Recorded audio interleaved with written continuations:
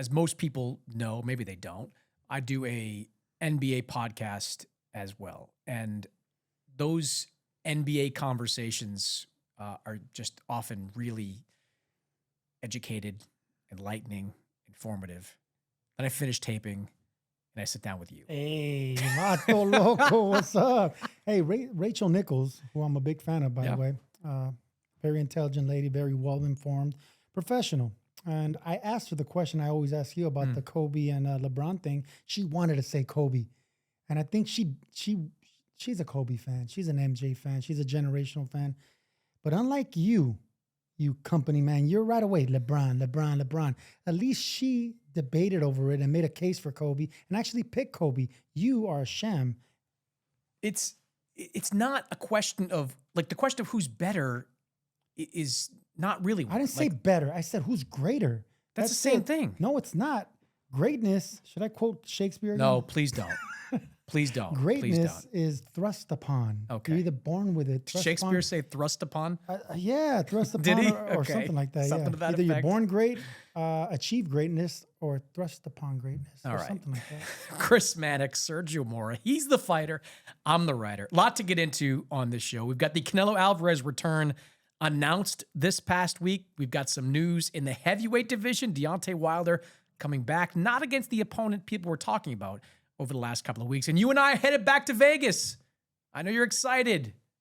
Raymond Morataya defending his title against Andy Cruz. Andy Cruz, 6 fights into his pro career, is going to get a world title opportunity. We've got to start, as we always do, Sergio, with our winners and losers of the week. Give me your winner of the week. My winner of the week was from the desert, from one casino to another casino you're talking about. Jorge Chavez. I think the rematch, he convinced everybody by beating unanimously, almost stopping Manny Flores. Gucci Flores. And the way he did it, man, it was just impressive because, you know, he's in a weight class with one of the best fighters in the world who I think he can't compete against just yet, but he could be next in line. I seen everything I wanted to see with him. I seen not only another gear, I seen 3 gears. I seen a man that followed instructions, who believed in his corner. And Hector Lopez, why give him sometimes some slack about his military instructions, but certain fighters feed off that. Certain fighters need that. Jorge Chavez is one of the guys that needs that, and he followed it to a T, man. And I just think he's the winner of the week, and I want to see a lot more of him. Yeah, it was a really impressive win for Chavez. And I was most impressed by how he changed styles midstream. Like, he had a plan A. It wasn't working through 3 rounds. He went to plan B. Plan A was to box. Plan B was to brawl. He went in there and banged it out with a guy that's more comfortable, theoretically, in that type of fight in Manny Flores. I thought Chavez took a big step in the 122-pound division. He wasn't ranked before that. He deserves to be ranked by all 4 of the sanctioning bodies after that. I think there's some really interesting fights for him, you know, over the rest of this year. He should be looking at all the former title challengers that were out there. He should be looking at the Louis Neris. He should be looking at the Alan Picassos. He should just basically be looking down the list of guys that in a way is beaten. You know, like, all those guys are now viable potential opponents. You can add Ramon Cardenas to that list as well. Good name. Any of those fights would sell, and keep them in the desert. I love the fact that Golden Boy built both these guys, Flores and Chavez, in Palm Desert area and the Palm Springs area. I believe he fought 7 times there. Chavez did 10 times for Flores. That's how you build, you know, a ticket seller. Keep fighting in Fantasy Springs. Keep fighting in the Coachella Valley. Yeah, and that's how you build a ticket seller. You've seen the crowd there. I mean, it wasn't a big event with big names, but it was a pretty sold out house. Well, maybe not every sold out, but it was a great environment, a great atmosphere. It was loud, and I want to go back there. Yeah, good win by Chavez. Big future for him at 122. My winner of the week is Jaya Pataya. Now, Jaya Pataya didn't do anything last week. Cha-ching! Except cash in on the Zuffa Boxing paycheck. Zayt signing a long-term contract with Zuffa Boxing. From what I'm told, he's going to make low 7 figures for these fights, which is a huge win for Jaya Pataya. Jai is unquestionably one of, if not the top guy in the cruiserweight division, but it has been very hard for him to make money outside of Saudi Arabia. I saw one of his managers do an interview on YouTube, and he said as much. He said the economics fighting in Australia just isn't there. Finding the right opponents has been difficult. Now, he signs with Zuffa Boxing. He's probably going to wind up fighting in Las Vegas, and he's going to make a pile of money. Certainly, we can have a discussion about how it's going to work with Zuffa. Can Zuffa get another cruiserweight champion over to that side of the street? Can they give Jai an opponent at cruiserweight or heavyweight that makes it worth their while? But Jai Apataya getting that payday, getting that guaranteed money over multiple fights and multiple years, he's a big winner. Yeah, I can't hate on that either. I think he was bound to be a star anyway. I mean, he's a good-looking power puncher that goes for the knockout with excellent footwork from that southpaw stance. He has everything you need and everything you want, and he has the money behind him as an Australian. So he was bound to get there. Zuffa saw all that, and that's why they're trying to go for these guys that have a potential upside, that have more than just the record. They have the record, they have the fan base, they have the unique look, the unique style, and Jai Apataya fits perfectly in all those boxes. I've always liked Apataya. His name was a little difficult for me to say initially, but what do I always tell you about names, Mannix? He has that star name. It's a unique name. It's not just like a Joe Walsh or Carlos, Sergio Mora or a Carlos Martinez, right? He's a Jai Apataya. Okay. So he has that name, that Dalton Smith. He has the name, he has the look, he has the power, and that's the reason they went after him. I think it's interesting, too, that according to Jai's team, Zuffa is going to promote him as the IBF champion. Zuffa is going to look for title unification fights for him. Now, Zuffa Boxing has been built on this principle that the sanctioning bodies are out. We are going to have the Zuffa Boxing belt. We are going to have the Ring Magazine belt, and that's all it's going to be. According to Jai, he said he spoke to Turki Al-Sheikh, or at least his team did. They spoke to Dr. Rakan over there in Saudi Arabia, and they promised him, these are the guys bankrolling Zuffa, they promised him that he could fight in these title unification fights as a champion. So I thought that was really interesting for Jai's immediate future. All right, on the flip side, your loser of the week. Give it to me. Well, look, I don't know whether it's singular or plural, but it's one name. I mean, they're twins, Jamal Charlo, both of them. But I'm going to go with Jermell Charlo, Mel Charlo, as my loser of the week, because he's pretty much airing his dirty laundry on social media with his brother. Everyone knows they're back and forth. Everyone knows their struggles and their issues inside and outside the ring now. But you gotta keep that private, man, especially when you guys are family members, especially when you guys are blood. I mean, they're 1 minute apart, man. They're identical twins. I had to look this up before I got here. There's a difference between a fraternal and identical twin as far as one human tadpole. I don't want to say sperm. One human tadpole You just did. fertilizing one egg and then splitting into two embryos. It was fascinating. Please stop with the It was biology. fascinating. So these guys come from the same egg. So they have more of a bond together. And the fact that they're, really going at each other's neck, threatening to fight each other, that's not a good look for boxing, for them, the Charlo name. They've done so much for the sport that I want to see them come back and have one last hurrah, not only for a payday and not only for respect, but because they deserve it, and I want to see them. Lions own them, baby. But that's my loser of the week. Mel Charlo, for the dirty laundry and how he badmouthed his brother. They've been doing that for a while. Yeah, but stop it already. I agree. Blood is thicker than water. Blood lasts longer than boxing, but that's not new for Jermell and Jamal Charlo. They've been at odds for what seems like a long time. I remember, I think it was before or after the Canelo press conference where Jermell at the podium, he basically said, tell my brother to call me. They were going through it as recently as a couple of years ago. So yeah, there's obviously some lingering issues between those two guys. Hopefully they both get back into boxing too. Jermell's a former undisputed champion. There are a lot of names at 154. I want to see him back against one of those guys. All right, my loser of the week, Michael Zarafa.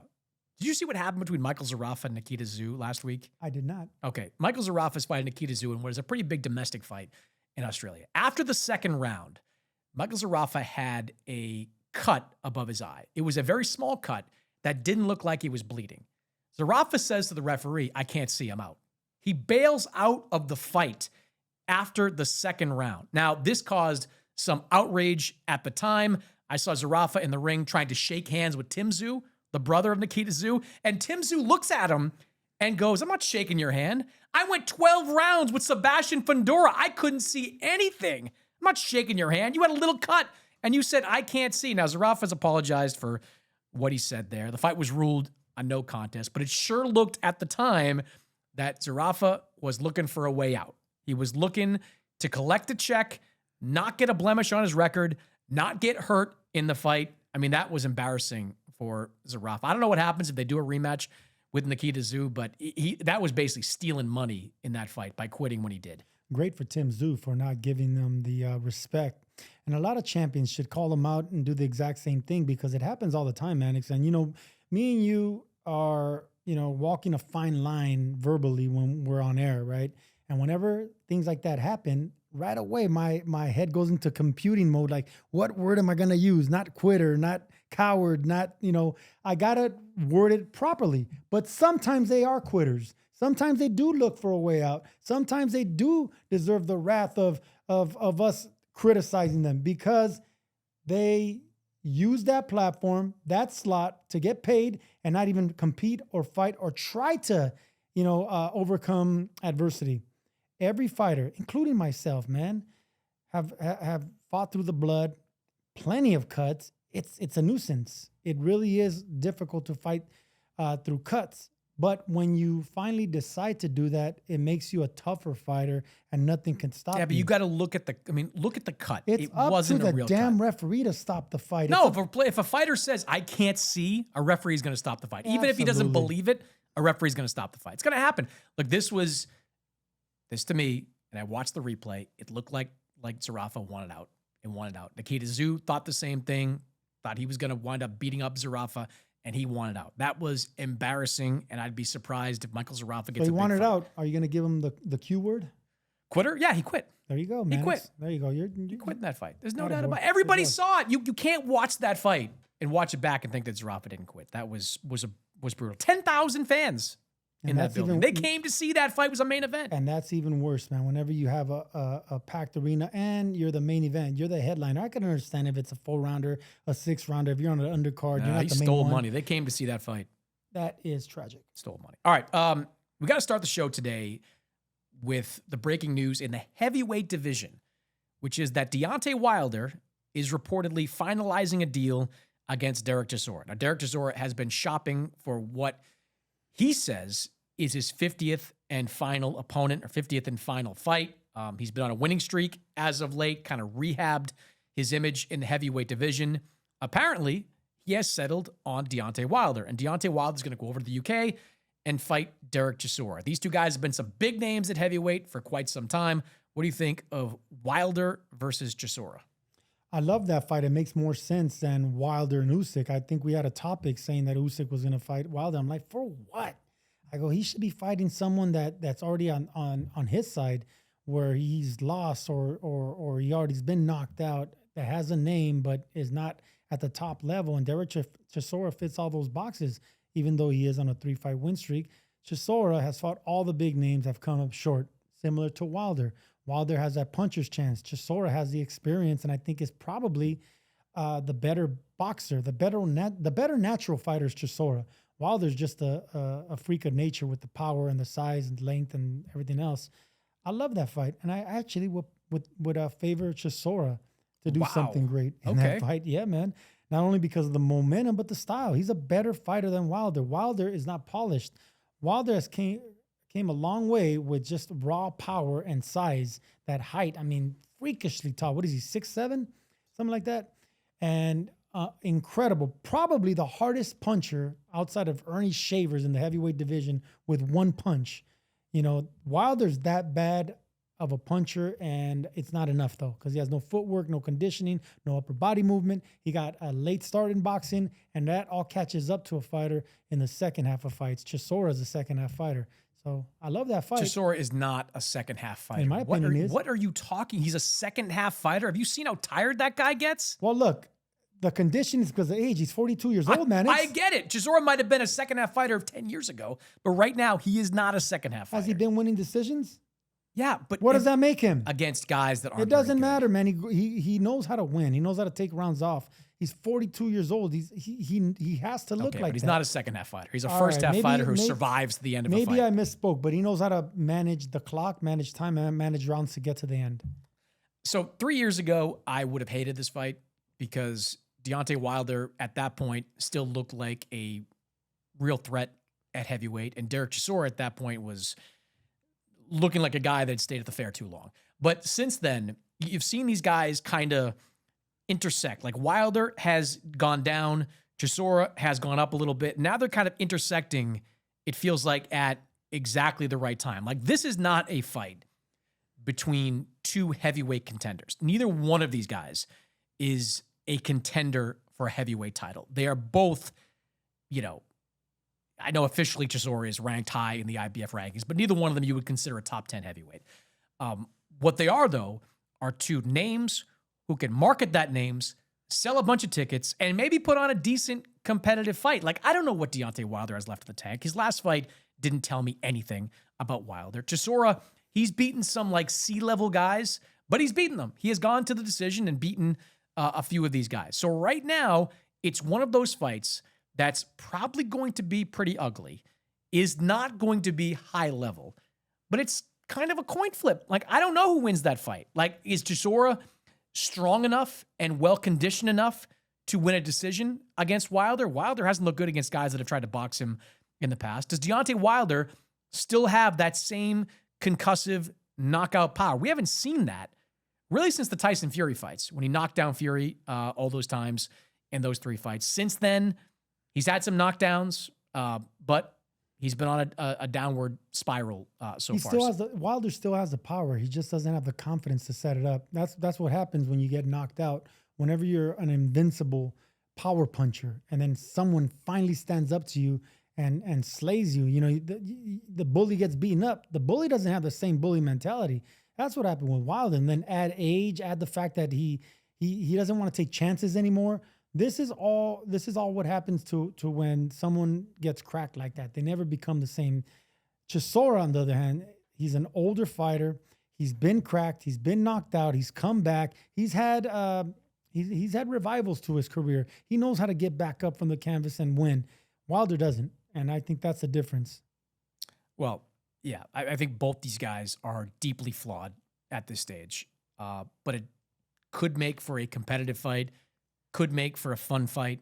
I think it will sell a ton of tickets over in the UK, and Wilder has been frothing for this kind of opportunity. I think it makes some sense. Look, the winner comes out with an opportunity to maybe fight an Usyk. Like, we know Chisora has been angling for that rematch against Usyk. He fought him pretty well in, Usyk's second fight at heavyweight. Wilder's looking for that one more big opportunity.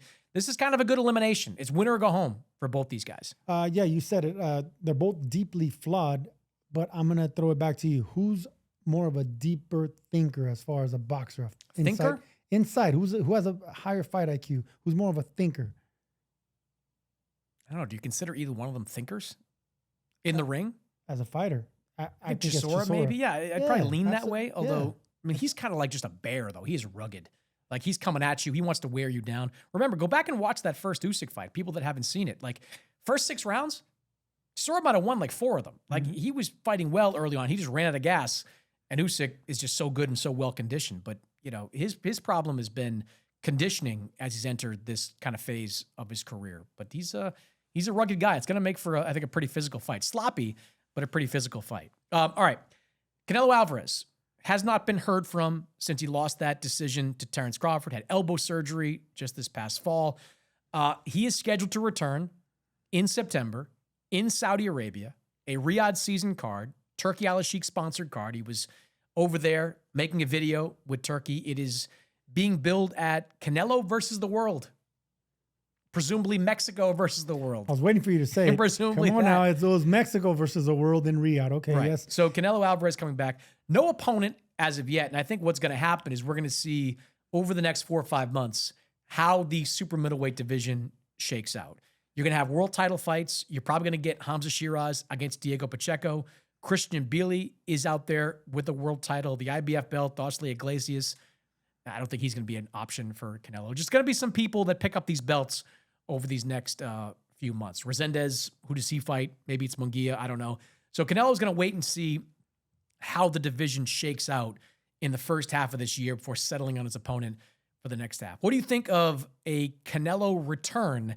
And can Canelo get it back? Like, he's no longer a top 10 pound for pound guy. Can he get back to that type of level at this stage of his career? Get back to cracking the top 10 pound for pound. Yeah. Yes, absolutely. Seniority alone is going to help him crack the top 10 because he's been so long of a pound for pound great that he doesn't have to beat another pound for pound great to get back in there. He's already done that. He's been there, done that. And his name alone, his popularity alone is going to welcome him back, but he has to beat an up-and-comer. He has to beat a Hamza Shiraz, or he has to beat a Diego Pacheco. Top super middleweight contenders, young contenders that are young lions wait in the wing. Iglesias, that would be a big step, but I think it's the name over the skill that's going to help Canelo get back on track. I would love that fight with Billy, and Billy would definitely put him back in the pound for pound list.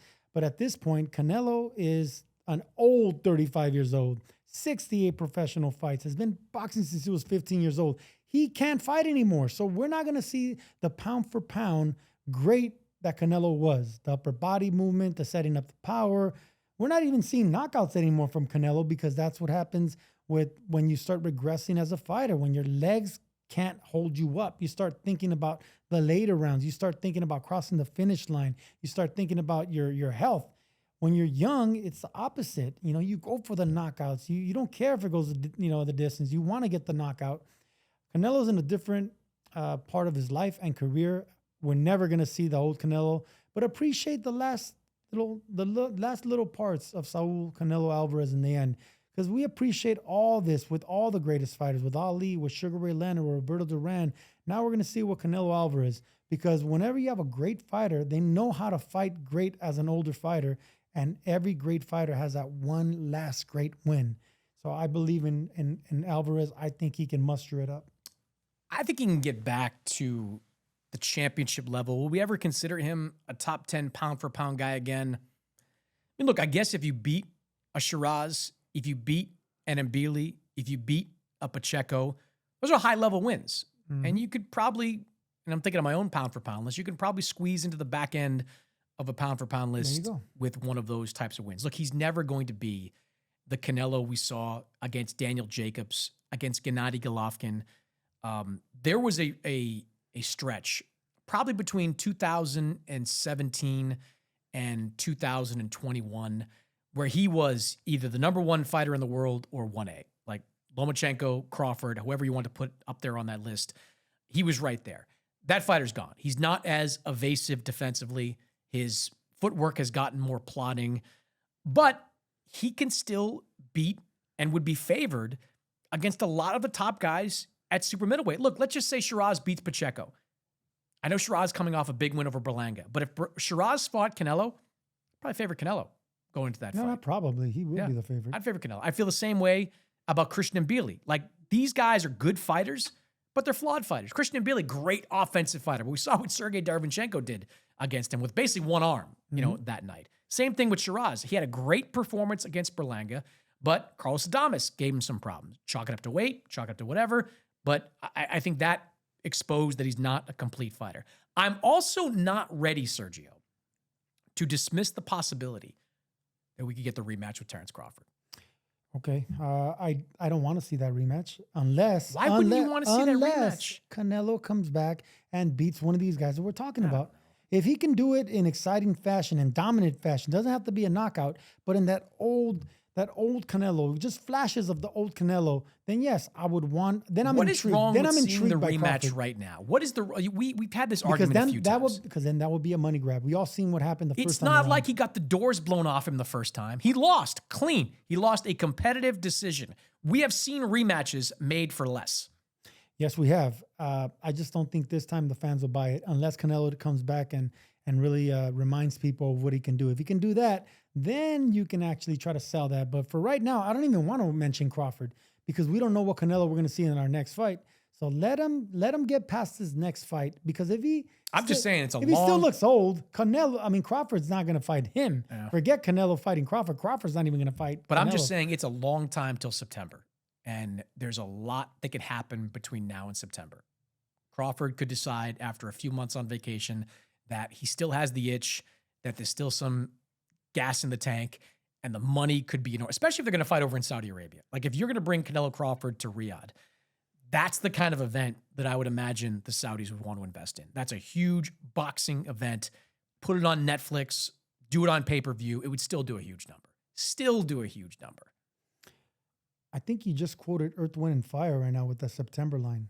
I don't know why. That's how my mind works. Do you remember? It's a strange line. All right. As I mentioned, we are headed to Las Vegas this weekend to see the 135-pound title fight between Andy Cruz and Raymond Morataya. That fight live on DAZN. Andy Cruz, just 6 fights into his pro career, but the odds makers have made him a favorite against Raymond Morataya, who's got 20-plus fights on his resume. Sergio, this to me is the fight between like the lunch pail guy who's had to earn this opportunity versus the young star. And Andy Cruz isn't that young, but the young shooting star who's got all the hardware, the gold medals, the world championships, the international championships, who is expected to do big, big things, made the favorite going into this fight.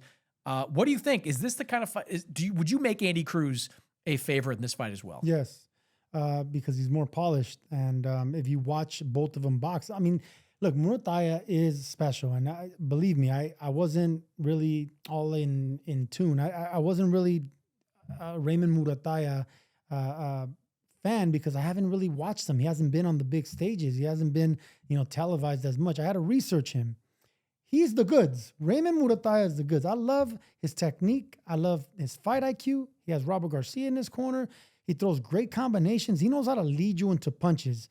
I love when fighters do that, because he's not just throwing punches to try to wear down a fighter. Morataya is smart. So not only is he a power puncher, but he knows how to, it's like a radar. His right hand's like a radar.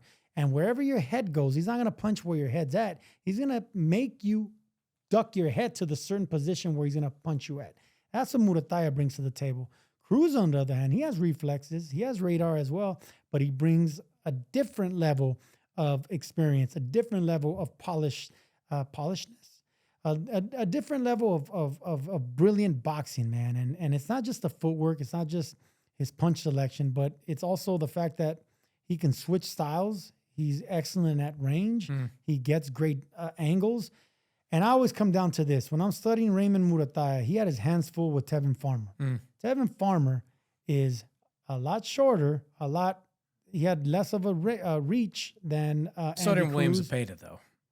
I just think, look, if Farmer gave issues, an older Farmer in his 30s, gave issues, late 30s, gave issues to Morataya. Can you imagine a guy with only half a dozen fights and is 31 years old?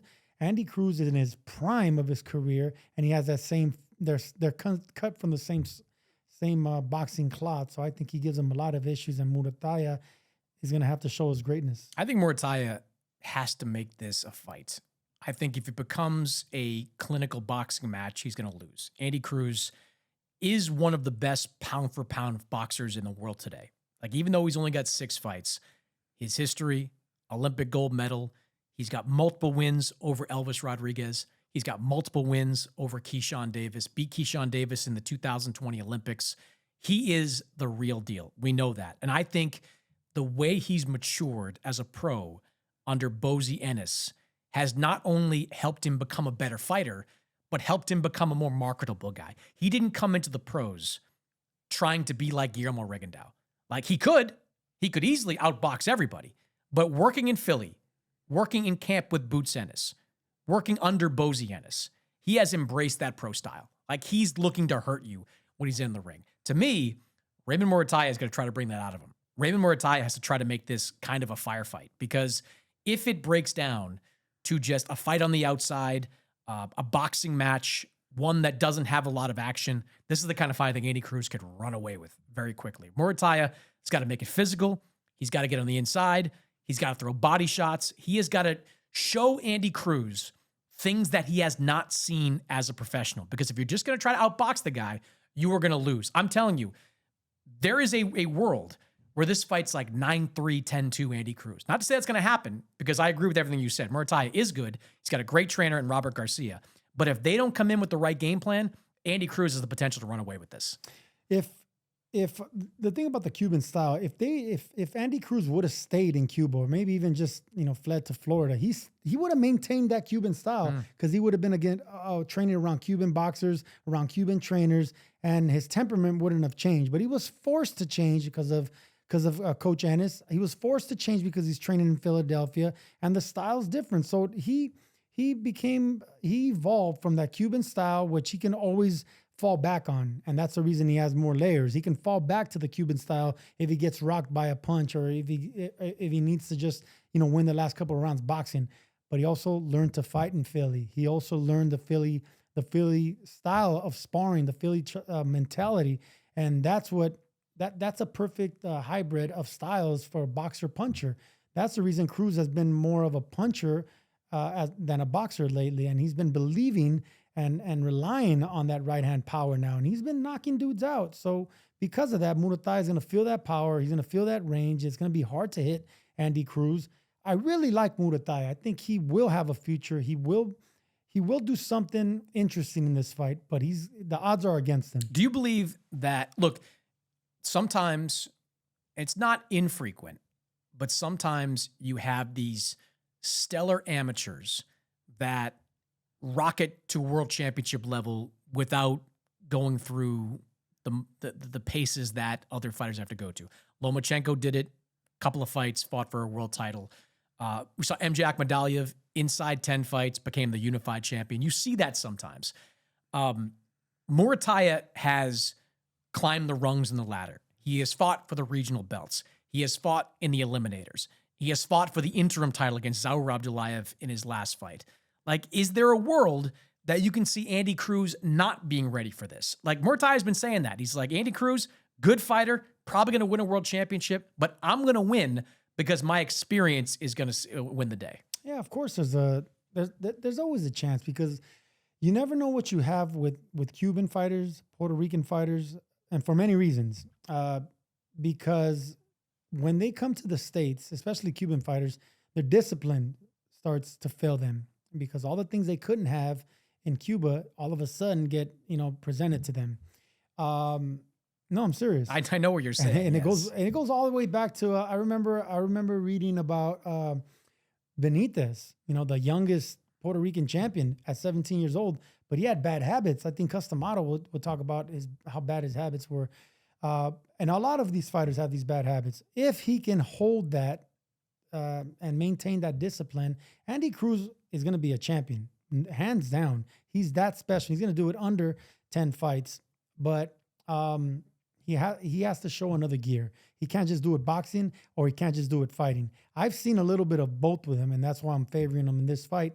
And Murataya is going to have his hands full, and I could see him I can see him rocking and getting the respect of Cruz, where Cruz can go on the back foot, and then that's where Murataya is going to have to put it on another physical gear. And this is the type of fight he can win, a physical fight in the second half. But if the first half of the fight is all boxing, the second half of the fight is going to be even easier for Cruz. Andy Cruz can be hurt. Antonio Moran clipped him, hurt him in their fight. I think Raymond Murataya has got to watch that. Watch some of the other guys that have had a degree of success against Cruz and go to school and all that, because if it turns into just a straight boxing match, it's going to be a lopsided win for Andy Cruz. Also this weekend in Vegas, we have the debut of Zuffa Boxing.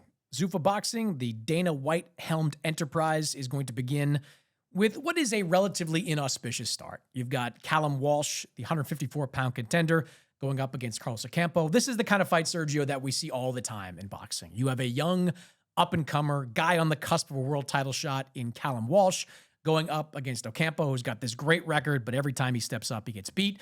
And most of the time, he gets beat badly. He's been knocked out in the first round twice, once by Errol Spence at welterweight, once by Tim Tszyu at junior middleweight. Now he's going up against Callum Walsh. There is no doubt in my mind that this ends with Callum Walsh starching Carlos Ocampo. But there's a lot invested in Zuffa with Callum Walsh. They're out there signing guys. They signed Jaya Pataya. We talked about it. I'm telling you, they're hunting some big names. Zuffa's making some offers out there. Zuffa's going for some big names in boxing. But that's what they needed to do. I told you, where's the red carpet? I know, They but need to make a statement. I'm telling you, you'd be surprised know some of the names that they're taking a run at. Come on, give me a hint. I can't do it right now. Pound for pound I'll get name? to it. I'll get to pound for pound names. Benavidez. I'm not going to tell you. Usyk. Just go down the list. Yes, make a list. I saw it was reported. I don't know this, but it was reported that Zuffa met with Usyk. That doesn't surprise me one bit. But that's not the name that I'm talking about. Callum Walsh, though, is the best young fighter in their stable. Trained by Freddie Roach. He's got great Irish background, tough guy, some good knockouts, brought along well by Tom Loeffler up until this point. There's a belief within Zuffa that Callum Walsh can be kind of a homegrown star. Do you see star power in Callum Walsh? It's too early to tell. I mean, he passes. Not that early. I mean, he's 15-0, 11 knockouts. I mean, he reminds When do you know? What is this a compo fight going to tell you something about Callum Walsh? No. If he would have starched Fernando Vargas Jr., then I would have said this kid has it, but he didn't. So he can be knocking out the guys he's supposed to knock out, but then when you have another undefeated guy in front of you that can fight like Vargas Jr., then that's when, I mean, he still won the fight convincingly, but it wasn't a star-making knockout or performance. And Ocampo's not going to tell us anything either. So until we get another, undefeated guy that has some knockout power, then we can see if he has the credentials. Also, if he has a following, because I mentioned that he's a tall southpaw power puncher like Andy Lee, who became a champion. Very popular in Ireland, but he never became a star here in the States or internationally. So I think that's what we got here right now. But if he starts beating the guys on the top level and knocking them out in impressive fashion, then absolutely he can become something special. He has the youth on his side. He has everything on his side. The kid is a fighter. He wants to go for the knockout. He's not a boxer first. He's a fighter first. And let's keep it real. He's a tall southpaw. He's white and he's Irish. The kid's gonna sell if he can fight and put fighters down. If he puts fighters down, then he puts butts in seats, and people are gonna want to watch him and pay for him fight. So it's too early for me to tell, but I like what I see so far. I agree that the Fernando Vargas Jr. fight was really unimpressive. Like, he won a clear decision against Vargas, but I didn't see anything special in that fight. Yeah. And look, Vargas, good pedigree, not the good brother, right? Like, Emiliano is the potential star in the family. I would have loved to have seen Callum go through the gears a little bit more. And once he got into the later rounds of that fight, gone for a knockout, picked up a knockout. The stage was just so big. He's the co-main event of Canelo Crawford, and he couldn't get the job done with the knockout. That being said, he is well-schooled. He does have a great trainer in Freddie Roach. I've seen him showcase real clubbing power against good C+ level guys. I'm with you. I don't think this Ocampo fight tells us anything. Like, I've seen Dana talk about, like, this is, Dana is out there talking like every other promoter, like Ocampo, bending with some big names, great record. Yeah, but outside of going 12 with Sebastian Fundora, which I still have no idea how he did, he has not been good at the highest of level. If Callum Walsh, I think what Callum Walsh has to do in this fight is knock this guy out inside 5 rounds. Like, get him out of there. Like, that still won't tell me if Callum can become a star. But if he can do something like what Spence did, if he can do something like Tim Tszyu did, that at least gets him moving in the right direction. Because if he goes 10 rounds, I think it's a 10-round fight. If he goes 10 rounds with Ocampo, that's not going to do anything for Callum Walsh. Well, look, you say Tszyu, and now I'm thinking of Kostya Tszyu. Look at how Ricky Hatton became a star by beating and knocking out Kostya Tszyu when everyone thought he wasn't going to do that. That's when the chance and there's only one Ricky Hatton will come out, and everyone started singing. Then became a star. Then he came across the pond and became a star here in the States. I want to go watch Ricky Hatton in Las Vegas because I wanted to be part of that excitement, So you need a great name on your resume, and you need to knock out that great name to become that great name. So up until Walsh does that, then it's going to be up in the air if he can be a potential star. But so far, yeah, I mean, he has a great backing, and he has what it takes, and he has the power. Some guys are not blessed with power. Callum Walsh is. He's going to be interesting because he's now in this Zuffa pipeline where theoretically they're not going to be fighting for world titles. Now, Callum Walsh is pretty highly rated by some of these sanctioning bodies. He's 4th in the IBF. He is 5th in the WBC, and he has, I think, one of those regional belts. And he's 9th in the WBO. So he is top 10 ranked by 3 of the 4 sanctioning bodies. And there are some, like if he was outside of this Zuffa system and he was able to fight a bunch of guys, like there's some really interesting fights for him to make. I would love to see him in with like a Charles Conwell. I think that is a really good fight. I mean, Tim Tszyu, maybe Tim Tszyu signs with Zuffa. I don't know, but that would be a really good fight for Callum Walsh. Sergey Bohachuk, I know he's coming off that loss to Brandon Adams, but that's another name that could be in the mix. I think Bohachuk is going to be signed, or is signed to Zuffa. So, you know, this fight, I think for Callum Walsh, it's all about getting the job done early. Like a 10-0 decision, 9-1, 8-2. It's not a loss, but it doesn't do anything for his career. He's got to get this guy out of this. Guy's shown to be chinny at the championship level. He's got to go out there and blast him out. And then hopefully Dana, Tom Loeffler, all the people involved with Zuffa Boxing can find somebody that makes sense for him in the next fight this year. And show some personality. That's another thing. If you want to be a star, you got to talk, man. You got to do the media tours. You got to do something. Look at what Ricky Hatton did. Look, I think Callum, you got to bring your personality. Callum has done. Look, I've been offered Callum a bunch of times, and I've talked to him a bunch of times. He's got a good backstory. You know, the whole story of walking into Freddie Roach's gym many, many years ago, training with him, building the following he has in Ireland, which is not like certainly not Hatton-esque in the UK, but he's starting to build a bit of a following. I think he has done a pretty good job so far, but I'm with you. Keep doing it. Keep building on it. Hopefully start getting more knockouts, and maybe you can become the first homegrown Zuffa Boxing star. There you go. And then that's going to be your reputation moving forward. And he has a lot of time to make a lot of money and sell a lot of tickets, but he has to get the impressive knockouts. By the way, did you see, you mentioned Fernando Vargas Jr. Did you see him and his brother brawling in Vegas? I did, man. I did. It's not a good look, man. I remember both them little kids. Junior once punched me in the groin when I was sparring his father when he was like 3 years old. But I've known them kids since they were toddlers, and I've known them all their lives, man. And they've always been chippy little fighters. They always want to fight. I always see the little suckers running around the gym punching something. So it's no surprise that they're doing this in the casino. I just hope that, you know, their father's a great man and he raised some great kids. And I just hope I don't see that again, man. Because they're going the same direction as the Charlos, you know, fighting each other. Doesn't work that way. That looked like you and Julio in Las Vegas back in the day. Julio, get the Jeep.